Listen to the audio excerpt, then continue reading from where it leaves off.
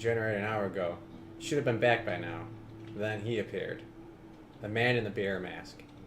With a subtle nod, he tossed Chet's severed head into the campfire right before splitting Becky in half. Who, if anyone, will survive the night in Camp Grizzly? Welcome, everyone, to our first bear and board games or tabletops and hops. Not sure which name we're going to go with in the future. Open for voting. Yes, so let us know which one you prefer better. For right now, it's going to be beer and board game. So kind of the goal of this new, channel is to pair up a board game with a beer that reminds us of that board game. So today we chose Sierra Nevada's Beer Camp. It's a golden IPA. It's actually pretty tasty, especially for an IPA. It's not very hoppy at all. Mm-mm. It's light, very citrusy actually, and it did remind us of a Netflix show, Wet Hot American Summer. So if you hear the intro to Camp Grizzly, it probably sounds something familiar to yourself, like Friday the 13th, the original, with Jason Voorhees, where it's 1980s, or in this case, late 1970s. They're all at a camp together. They're all counselors, and all of a sudden, a killer shows up. Very similar in the concept. So we kind of chose this beer because it reminds of kind of before the shit hits the fan. Mm. You know, they're all having a good time out in the sun. Everything's good. You got Jody playing guitar in the background. Like half drunk by the fire and doesn't know how to deal with a murderer. So that's why we went with this one. Plus, the name is Beer Camp and Camp Grizzly. So we'll play on words there. But all right, another reason why we chose this board game, though, is that we love it. Kelsey, if you want to, tell us why you like this game so much. Well, before Camp Grizzly, my idea of a board game was probably like Monopoly Junior. So this was the first co-op game that I ever played, and I think when did we first play this? I don't remember. Who introduced us? Raddick? It was definitely Raddick. Raddick? At camp? We were at camp, right? I think you might have brought the camp. Yes, so we first played this game at camp with our friend Raddick, who you're probably familiar with if you watch our videos. And and it was so fun, and it was fun. I didn't really like board games because traditional board games are like every man for themselves. But being able to work toward a common goal was really appealing to me, and kind of introduced me to the whole like move, action, phase, draw a card, and having all these multiple elements going on at once. And that pretty much stepped my foot in the door to things like now we're playing D&D, and I'm part of that and everything. So it's just, it has like a little nostalgia, and also it's just always fun. It's always a different game when you play, and you never know who's going to survive. So... Yes, so the basics of the game is there's these objective tokens out there that the team has to work together. It's for 1 to 6 players. Meanwhile, they're going through collecting these objectives. There is a killer hunting them down. So don't get killed, get these items, and escape. Get out, yeah. So let's go over the board setup real quick. So what we have is included with the game is a setup card. And there's 2 sides to it. So we have the easy mode side, and then we have the normal side. Today we set up the game board for the normal side, which is traditionally what we always play. Looking at the board, you can see that there's certain tokens laid out. We have question mark tokens, lock tokens. Let's talk about those for a second. So question mark tokens, those are your objective tokens. So as you move to a space, you can choose to use a movement or end your turn there to pick up an objective. And when you flip over a question mark, it can be one of a few things. It could be a good, it could be a bad, it could be kind of in between. So, for instance, we have, what we really want to grab are these objective tokens. And for this case, the one I'm showing right now is the rope. So you need the rope or some of the other items to activate these finale cards. In order to activate a finale card, you need 3 items and get to a certain space to escape. So you want to get the rope, but you don't know where you're drawing until you actually flip over the question mark. You could end up with a set of keys, which are also good, because keys are the only way to get through locked spaces. What you can also get is a med pack, which always helps to help your friends. Draw a survival card, and we'll talk about survival cards here in a little bit. Or you can get the other side of the coin, and you get some bad items such as +1 body count. So when we refer to body count, there's a mechanic in this game where as the body count increases, the stronger Otis gets. And once again, Otis is the enemy here. He's the bad guy. He is Jason in this version, this universe. And of course, the bad one is you flip it and you get Otis Strikes. So Otis Strikes can occur when you flip a cabin card, certain tempt fate cards, or in this case, an objective token. Otis Strikes refers to him actually appearing in your space and engaging in combat. To murder you. Yes. So, those are the objective tokens. Those are the little question marks you're seeing now on the board. So once you have all three of the items, you can go to a finale. So let's talk about finales real quick. There are 4 different finales, and each of them have different objectives and tokens needed. So today, let's talk about and take a view at the Ranger Tower. On each objective card, you'll notice that there's 3 circles here. Each one will always need the keys. So keys are first priority. 1, because you need them for all objectives, and they get you through locked doors. Now, you also see that there are 2 other items here as well that you need. So as you go around collecting the items, like let's say you pick up a rope first, your priority probably won't be the Ranger Tower. You might want to move to a different objective from there. But let's say for posterity's sake here, you do find those 2 items that you need along with the keys, and you all make your way to the Ranger Tower. So finale is the second part to the game where it becomes a challenge as you progressively try to escape the camp while Otis tries to prevent you. So it comes down to rolling dice, and each one's a little bit different. Some of them requires more campers, some requires more items. Other ones is just a race between you and Otis as he tries to chase you down in the water.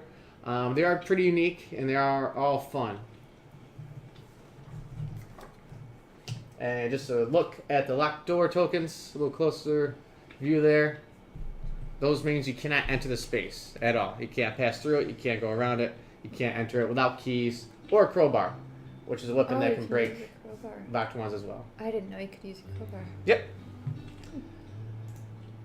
So, that's kind of the basic setup as far as those items go. We all start by the campfire. Yes. So as you see here,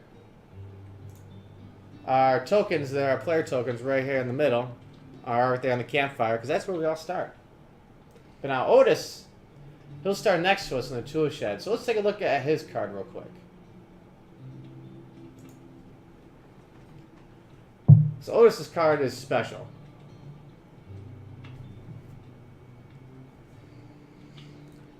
So we have these little tokens here to track different health points or abilities for Otis.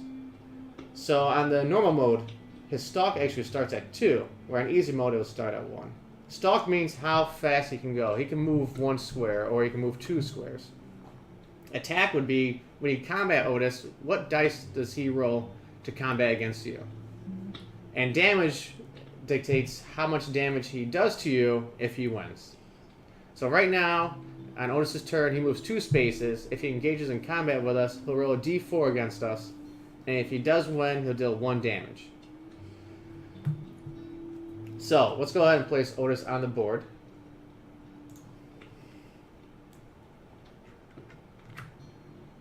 And let's just get a closer look at this character. As you can see, he's wearing a little teddy bear mask with a claw hook for his weapon. And I'm going to go ahead and give Kelsey the responsibility of tracking Otis's stats. Okay. So we mentioned body count. Down at the bottom of the table on the board, you can see this is the body count. On easy, it starts at 0. On normal, it starts at 1, where we give the stalk +1. That's why in normal mode, Otis starts with a stock of 2. As he kills counselors or campers or cameos, or you draw certain cards, which will tell you to add +1 to body count or even more, the body count will increase, and as it increases, the stronger he gets. Do not get to the skull on the end. It's over. It's nuclear. And that's where all the campers face off an Armageddon in the campfire zone. You will not win, most likely. As long as you can avoid Otis, you might. Yes. So more of the story is avoid Otis. Don't die. So we had the board game all set up, and now it's time for the players to choose the character. So, do you want to talk about the characters? A little about the characters, different abilities? Oh, I guess I could. I could talk more about their clothing, which is hilarious. It's true. They have no idea what to wear when you go camping. Is the truth? So they have a move and health score. I don't know if you want to show. Yep. I'll go ahead and move this on over. So I'm refreshing my own memory as I'm explaining this, by the way. Every time we play, I swear Jay has to remind me exactly how to play the game because surely we weren't playing when we were sober anywhere. So they have a move and health score, which starts at the top, and that's how many movements you can make, and also your health score. It's pretty self-explanatory. As you receive damage, that goes down. So you're moving slower, so you can't get away from Otis as quickly, and you are also losing health. So there's also a panic score. Mm-hmm. And I believe that means... So if you lose a fight with Otis and he deals damage to you, that means immediately afterwards your character panics away. So this is mechanics, so that way it's not just every turn Otis keeps catching up. So if Otis has a stalk of 2 and your movement is 1, that means he'll always catch you. It's just, you're going to die eventually. Mm-hmm. But this with panic, though, is you get hit, then you can scatter. So you're not just trapped there dying. Right. So that's your panic score. And then there's special abilities. So there's who you are at the camp, which gives you some kind of ability. Kevin over there, he is quite ballin'. He is a lifeguard. So he's a protector of sorts. He's a tank. So if Otis strikes within 3 spaces of him, he can actually go and join the fight and try to defend the person. Yeah. Which is pretty cool if he has something to hurt Otis with. If he has a weapon. And then, your other move that you can do. I'm looking at my card, not your card, so I can't read that. That's fine. So in this case for Kevin, it's water sports. That means in the finale, if Kevin is actually doing the boat finale, he gets a +1 to all of his rolls. So he might try to leverage that and try to tell the group to go for the boat instead of for some of the other objectives. A little self-preservation there. Depends on who's playing Kevin. Right. You're like, oh, we have everything for the barn. Well, I think we should go to the boat. I just need one more item, man. And these are the player tokens. So the player tokens are sturdy cardboard cutouts that we place inside little token holders there. They're pretty hilarious. They're pictures. Pretty caricature 1980s stereotype. Yes. And if you campers. haven't watched Wet Hot American Summer on Netflix, it's hilarious. Yes. Over the top hilarious. It's great. You should watch that. You should definitely watch immediately. It. So we're plugging a few things today. All for free. Yes, and by the way, we're not You're sponsored welcome. by this whatsoever. No. Ameritrash is a company that makes Camp Grizzly. We have no affiliation with them whatsoever. We just love the game. And we have no affiliation with Sierra Nevada. We just happened to find a thematical beer that actually tastes good. Yeah. Yeah. So. And we also are not affiliated with Netflix, but yes. Who doesn't love Netflix? And if for some reason we get sponsored in the future by a beer company that gives us free beer or by a game company that gives us free games, we'll let you guys know because we'll be happy. Yes. We'll always disclose our relationships with the things that we are promoting. This time is just because we love this game so much. Yes. We share it with everyone, and we love beer in general, and yeah. Yes. No ties there. So. All right, so the board is set up. Otis is in play. The players have picked their counselors, and they're at the campfire. Before we go, there's one more thing we need to do, and that's to issue out 2 survival cards. So survival cards are awesome. They're great. They're the green-covered ones here. And they'll always give you some sort of bonus or some sort of property or benefit. So there are 2 of them, 2 different types. There's a permanent one, such as this one, which gives you a +1 to all movement. And then there's a one-time use one. This one you can use once during the game, and then from there it is discarded. In this case, you can play during the cabin draw phase, draw and discard cabin cards until you find a weapon, item, or camper. So, they're definitely beneficial, situational, and there's actually one counselor, I believe Crazy Karen, who can draw 4 at the beginning instead of 2. She is the... She's a friendly one. She's friendly. Kelsey, if you don't mind, please deal us 2 survival cards. Thank you. And you can show this to your friends. You can kind of game together, plan. I will say be careful of the dictator player who tries to tell you exactly what to do. Sometimes they get frustrated when someone doesn't do the most logical movement or action that they prefer. But just relax, man. It's a board game. It's a co-op game. Let them play how they want to play. Especially if they're more familiar with co-ops and you're not. Mm-hmm. I mean, if that person who's not familiar with co-ops is open to having someone help them decide what to do, that's one thing. But definitely stand strong if you want to make your own decisions and feel comfortable with a co-op. So, you are in it together, but people can have their own agendas. So that's what I love about these games. Yeah. When it is everything, it's about having fun with your friends, grabbing a beer and hanging out. And if you do drink responsibly. Don't drink and drive.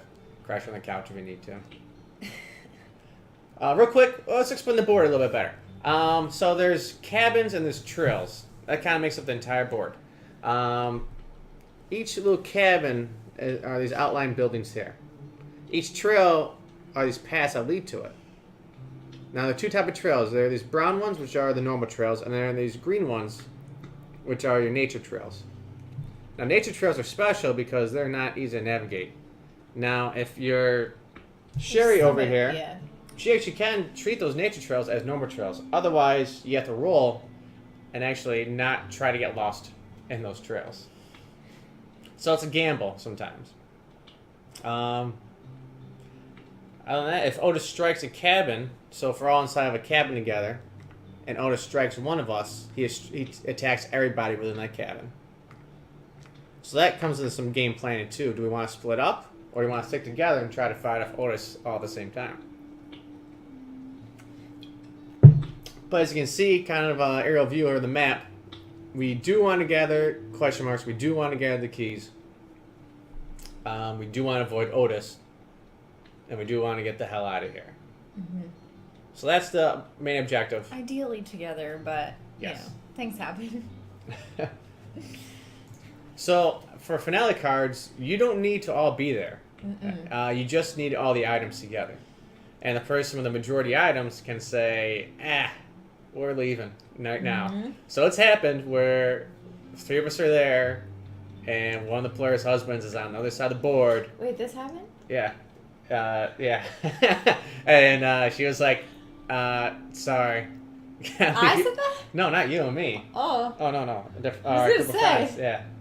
Yeah. So we had to leave him behind. I would never leave you behind. Yeah, you will. In this game, at least. In this game. So we survived. He, unfortunately, did not. Oh. Matt and Cheryl. Oh. And Cheryl, we miss you. Right? Alright, so let's go through a normal turn or normal round here. There are 3 phases. There's move phase, a draw phase, and then your end turn phase. So move phase is just that. Based on your character's movement and your current health will tell you how far you can actually move. That's how many spaces you can go. So trails don't count as a space. You can't move actually into a trail. You can only move into an empty cabin space. Well, actually, let me take that back. You can share space with different counselors. So let's zoom in here on the map as I'll go ahead and take the first movement here. So my character I'm playing is Sherry, and she has movement of 3. So I'm going to go ahead and try to beeline it over towards this direction over here. So this would be 1, 2, 3. And just to know, if you're in one of these larger cabins, such as this one here, diagonal counts as 1. But in this case, it doesn't. So, that was my move phase. I could spend a movement had I actually made it to an objective token to pick up something, but I do not.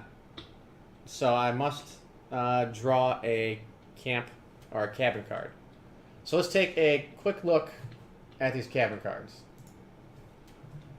There are a few differentiations between the cabin cards. Cabin cards are going to be these tan-looking ones right over here. Now, the ones you're looking for, especially, are these weapons ones. So in this case, this is a baseball bat.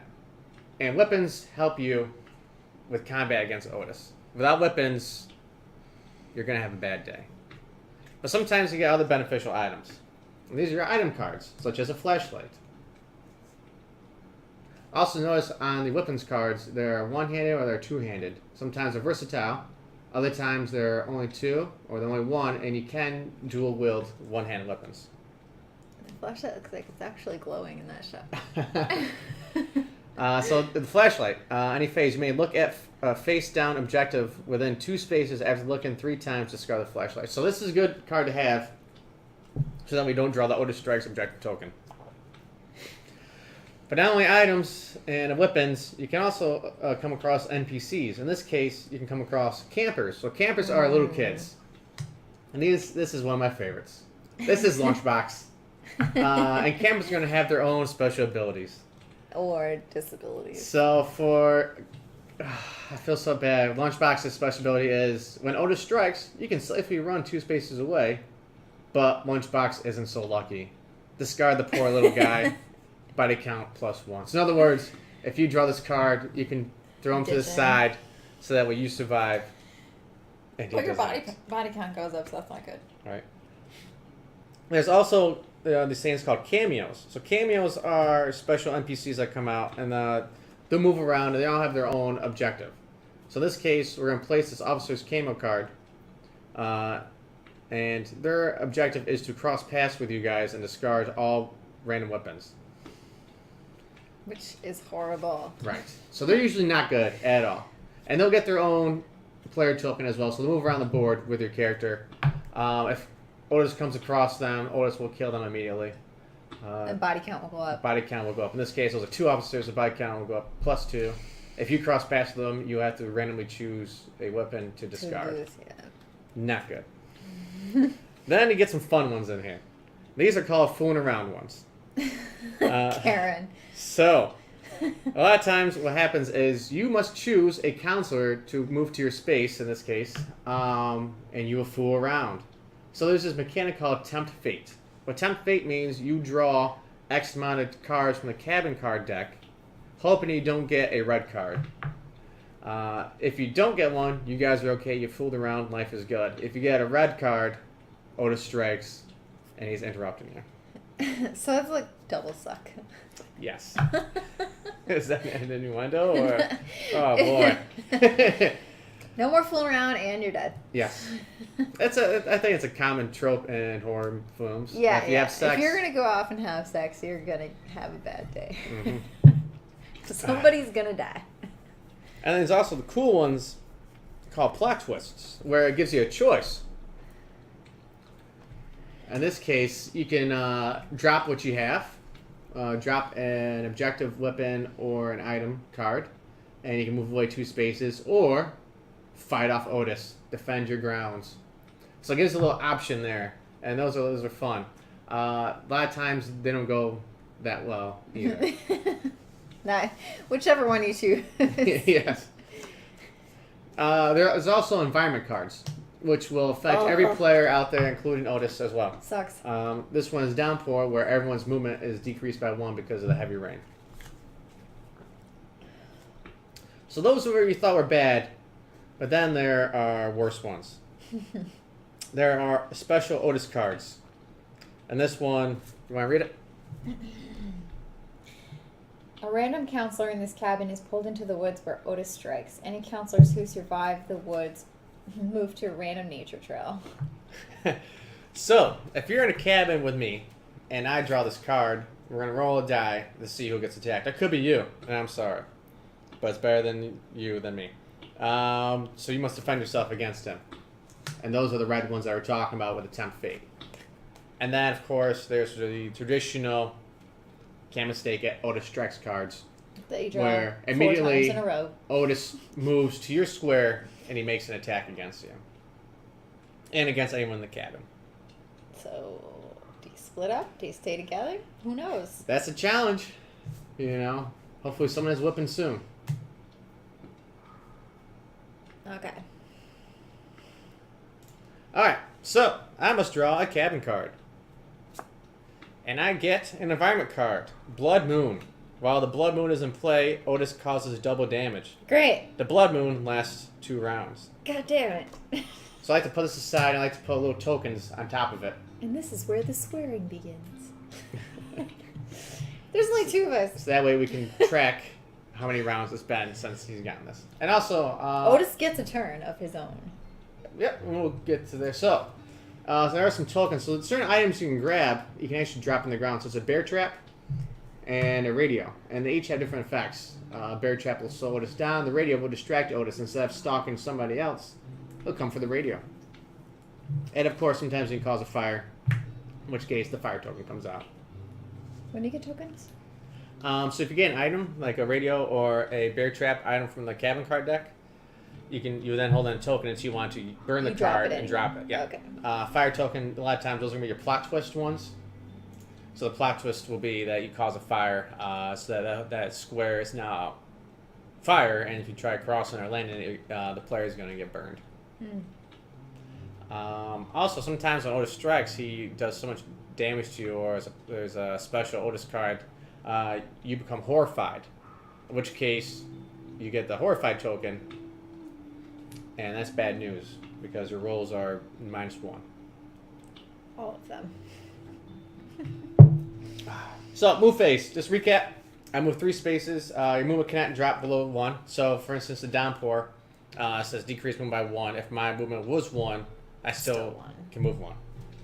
I can share space with other counselors or cameos. I can attempt to cross a nature trail. I can trade with counselors in my same space. It'll cost 1 movement to pick up items, weapons, keys, campers, or objectives. I may not move into a lock, so I cannot come over here and land there, or I cannot pass through there. Oh, I should switch up to... There we go. So I cannot move into a locked space. So this path basically is a dead end. We cannot come this way. And crossing paths with Otis cameos. I do not want to go this way. As soon as I cross paths with Otis, that will be an Otis strikes. And I do not have a weapon. So that's bad news bears for me. Literally. So during my cabin draw phase, if I had stopped here, I can instead pick up that token instead of drawing a cabin card. Or I can use my movement to draw that objective, and then as my cabin draw phase, also draw a cabin card. It's up to you. I mean, it could be good that you get a weapon, or it could be bad because Otis strikes. So it's up to you which way you want to do it. I always prefer to draw the objective token personally. Less risk. And at the end of the turn, end turn phase, I can equip cards. So let's say I drew a weapon, I can then equip it during my end turn. I can pick up any items in my space. I can trade items as well with people. They have to be within your space though. Well, the cabin, right? With my space. In your space? Yep. I thought it was in the same cabin. Nope, it has to be in the space. Oh, that's not as fun. Yeah. Alright, so that'll be my turn. Kelsey, tell us about your character. I have CJ. He is a coach. He has some sweet headphones. Other counselors in, like, if Otis strikes, if I'm in here with you, do you have it on the board? If I'm in here with you. Switch to that. If I'm in here with you, strikes, other counselors in the cabin receive +1 to the fight rolls. Perfect. Is that damage or to striking? Striking. Striking. Yeah. I am also a sprinter, so I can discard a survival card to move one more space. So I can burn a card to move. And that comes in handy when it's end game, basically. Yeah. Because otherwise you don't want to burn Like, if you're not going to use that card and you're, like, a space away from getting on the boat, then you may as well just throw your cards out to get there, so... And actually, I made a correction. So the survival cards aren't always good. Sorry for that. I have good ones. Apparently, they can also be bad. I received the bad influence survival card. Karen. You must always draw an additional card when tempting fate. Oh, shit. Shoot. Yeah, I can say shit. Because I'm a bad influence. My bad, guys. Whoops. All right. So Otis starts in the tool shed? Yes. Yeah, he always starts in the tool shed. Okay, We always start in in the the locked campfire. door. So Otis is speed right now. 2. Oh, it's a stalking too. All right, I want to get those keys. But you're going that way, so I'm going to just branch off this way. Okay. So I have speed 3. 1, 2, 3. And I have nothing to pick up, so I have to get a cabin card. Yeah. I got the crowbar. Alright, so we have a weapon. We can defend ourselves against Otis if he strikes. Well, her at least. So, and I can open locks. Yep. So, I'm going to equip that as my end phase. There you go. Sweet. So the cards in your hand are maybe referenced in the instructions as being in your backpack. Everyone has a backpack at camp. Yep.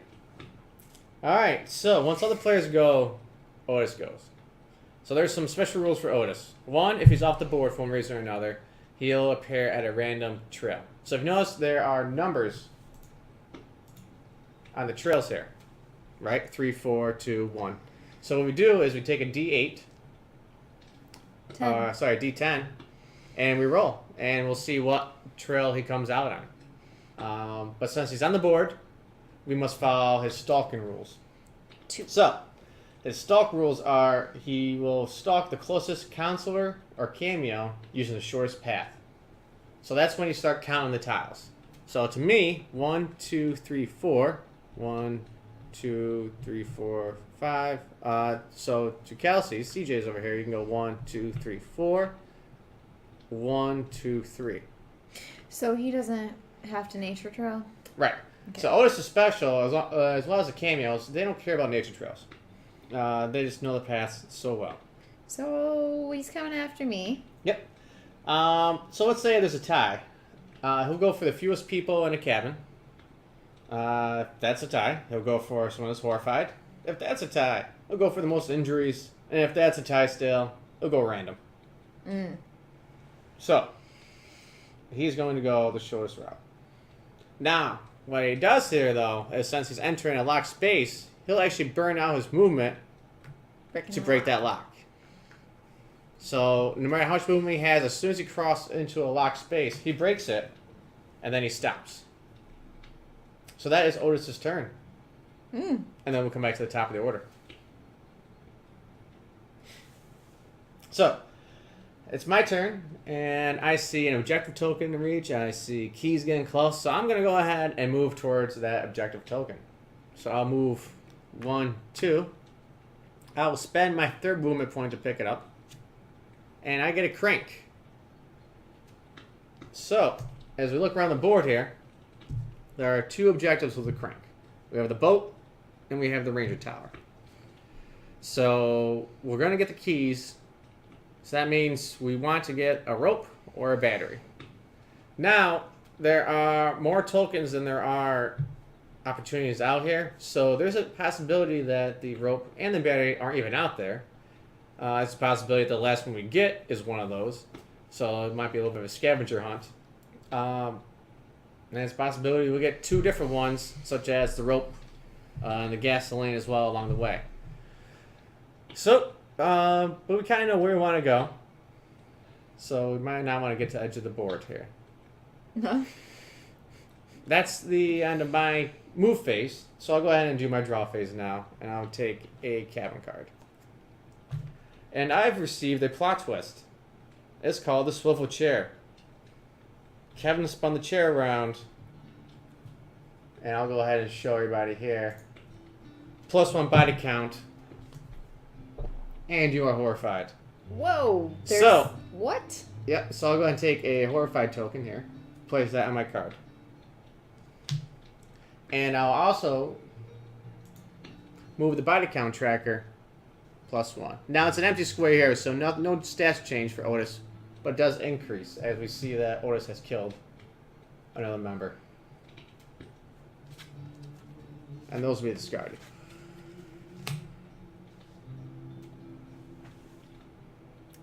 Alright, that's the end of my turn. Kelsey, if you'd like to move your guy now. Sure.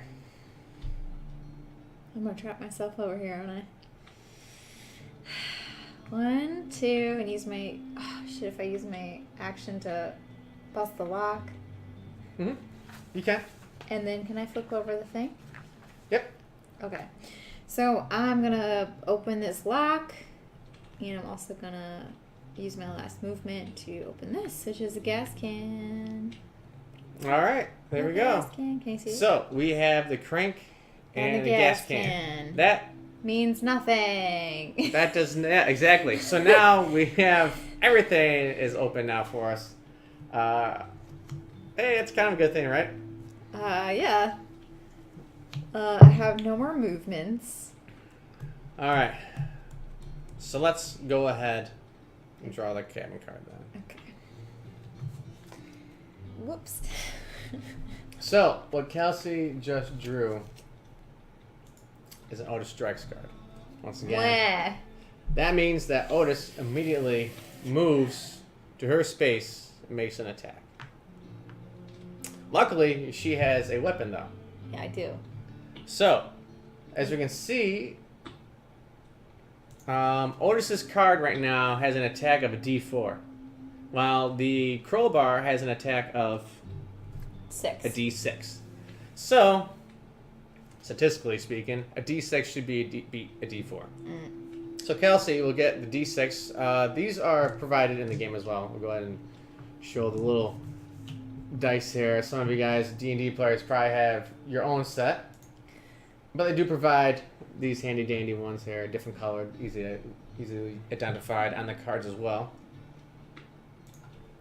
You don't have a weapon, right? I do not have a weapon. So let's give her a D6 and see how she does against Otis. So when Otis strikes a player by whoever chooses to, will roll the D4 for Otis. So go ahead and roll. So she got a 2. Ugh. And I got a 1. Yay! So I beat Otis. He gets kicked into the nebula. yes. So when you defeat Otis, he doesn't take any damage, but he does go into the woods and lurk. Had Otis beat her, let's say he rolled a 2. Otis always wins all ties. Okay. Mm-hmm. If he tied or beat her, what would happen was she would have taken 1 damage because that's the current stat that he has on his card. Her health would drop down 1, so now her move would have been 2 instead of 3, which really affects the gameplay. And he would have panicked 2 spaces away. CJ would have been like, what? Yep. So he would have taken off. But in this case, Otis is in the woods, lurking. So let's go ahead and do one more Otis turn. Since he's in the woods, he gets to do a random approach. So this changes everything. You might have thought you had a good idea. I'm staying away from Otis. I'm doing my own thing. And now all of a sudden he's appearing next to me. So let's roll this D8 or D10 and see where he comes out on. 4. So he comes back to the tool shed. All right, his stalk is still 2. 1, 2, 3, 4, 5, 6. 1, 2, 3, 4, 5. Yep. 1, 2, 3, 4. So he'll come here. 1, 2. He always goes the shortest route. Cool. And if you guys missed that, sorry, I'll go ahead and show it again. Once again, I rolled a 4 on the D10. So you can see there's a 4 here on the board. It came out here on the tool shed, and his movement was 2. So he kind of counted spaces to the closest person, being CJ over here. So he moved 1, 2 there. And that's the game. I would say it's more fun, more people. Yeah. I would say at least 4. At least 4. At least 4 people. More the merrier. But I really do like this. You sure at least one person knows what's going on. Yeah, I mean, I think a bonus to the game is that it's an easier game to learn. It's much easier than like Eldritch Horror or some of these more complicated games. It's a co-op game. I love co-op games. It's simple to understand. It's a good introductory co-op game, I think, to people. And it's a concept that I'm pretty sure everyone is familiar with Friday the 13th. So to get your mind wrapped around, get away from the killer, help each other escape, it's pretty common. There's only one bad guy. Yeah. Not multiple bad guys in random places. So let's take a look at finale real quick. Just to say we actually made it. We got all the items. So this is the win phase, right? You have the items. Everyone escapes. And I'll go ahead and zoom in again on the board. As you can see, there's these red arrows here, right? You need to get to these red arrows that correspond with the items that you have. So let's say we had the crank and the rope, right? And we're all over here together.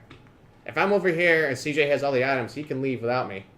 But if I have the rope and he has a crank and he has keys, we kind of have to work together to leave. So we leave and we draw. There are 2 finale cards per escape point. So let's go ahead and look at the radio tower one. So we actually be over here. Personally, after I played through one, I like to take it away from the game so that way I don't get the same one again. But we really haven't had radio tower, I don't think, that I can remember. So what it is, in this case, it is Radio Silence is the title of it. What you have to do is you have to outrun Otis. Every counselor rolls a d4 and adds your movement. So what comes into play is your health a lot in these games. So a lot of times your movement comes into play. So once again, I'll go ahead and zoom in on our cabin card over here. And these are your movements. So the more hurt you are, the less movement you have. As you kind of see, though, it is kind of like a bell curve here where it starts high. Yeah, this is your base your panic as you're health. dying. Yeah, we're like, wow, it's horrible. I better run faster. Oh, if you die, which you can die, all your items are dropped and you're done with the game. Sorry. There are items that can bring you back, though. But let's go back to Radio Silence. Outrun Otis. Every counselor rolls a d4 and adds your movement. So everyone will take turns taking a d4 and rolling it. In this case, I got a 1. And she got a 1. But I'm still at 3. So let's say she took damage, though, right? So let's say she's at 2 here, right? So now you would be at 3, and I would have 4. If the total is less than 4, take 1 injury and discard all campers. So let's say she had Lunchbox with her. Bye, He's now Lunchbox. dead.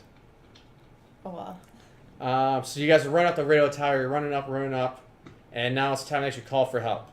1 counselor rolls a d4. So this is where you get to pick somebody. Who's going to be to blame for losing the game? Kelsey, since the d4 is closer to you, go ahead and roll it. A 4. Nice. So, in this case, there are 2 options. If you had rolled a 1 or a 2, you get static, and it says use ending A. If there's a 3 or 4, you make contact. Help is on the way. Use ending B. So, let's look at ending A that we didn't get. Ending A. Only the counselors on the tower survive. The others are never heard from again. So eventually we do make contact but the ones we left behind in the camp, sorry, bro. But we got ending B, which is even better. We get help arrives. All counselors in the tower and in camp survive the night.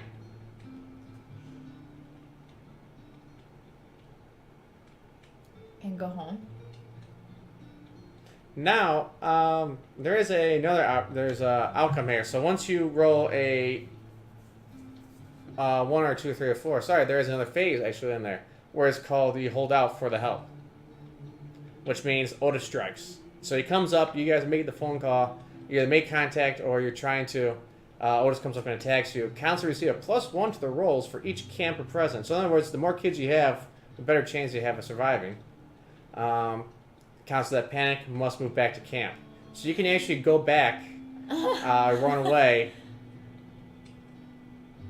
So while we're waiting for help, Otis strikes. Yes. So let's say we go through the battle, right? And I try to battle Otis, right? Let's say I have like a simple, like a D4 We all weapon, fight right? him? Yep, we all have to fight him.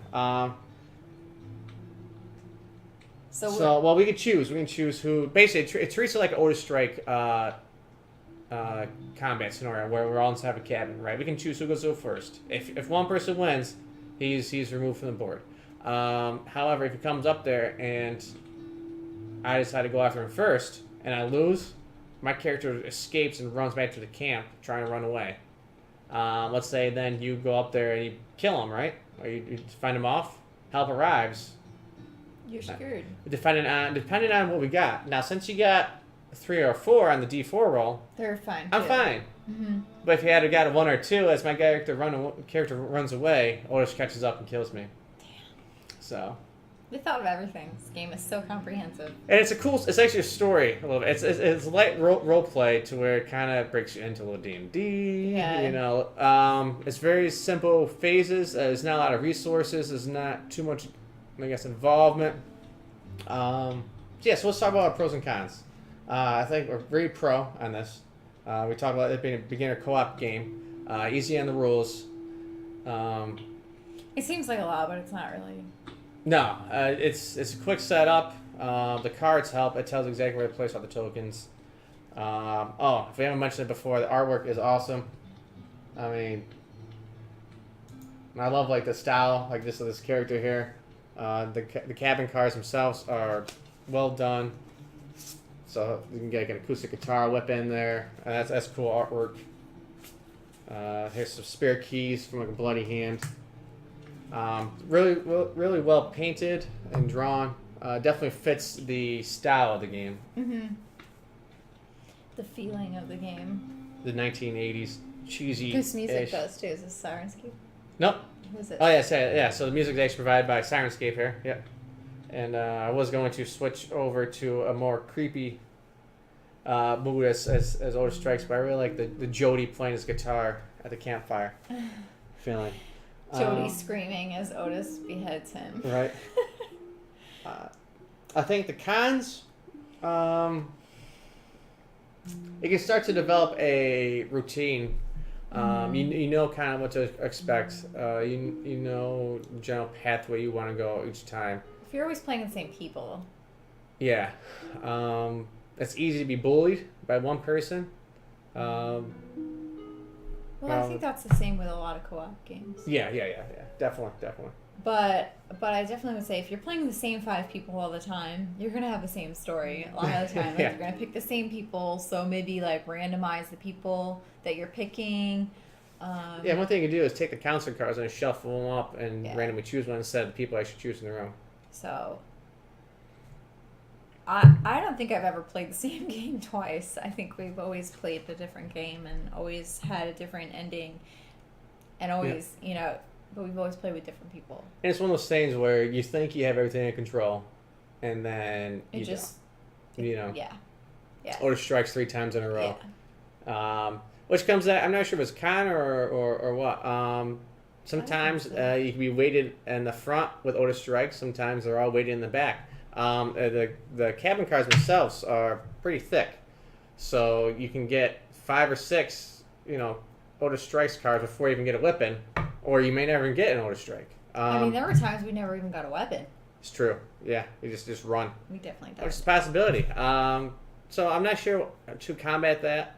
You can may introduce your own rules as far as like a pandemic approach, where you split up the Otis Strikes into subsets of shuffled cards. So that way, you know, like every 20th card, you'll probably get an Otis Strike, so it's more spread out. Maybe a count of how many Otis Strikes are actually shuffled in there based on the difficulty.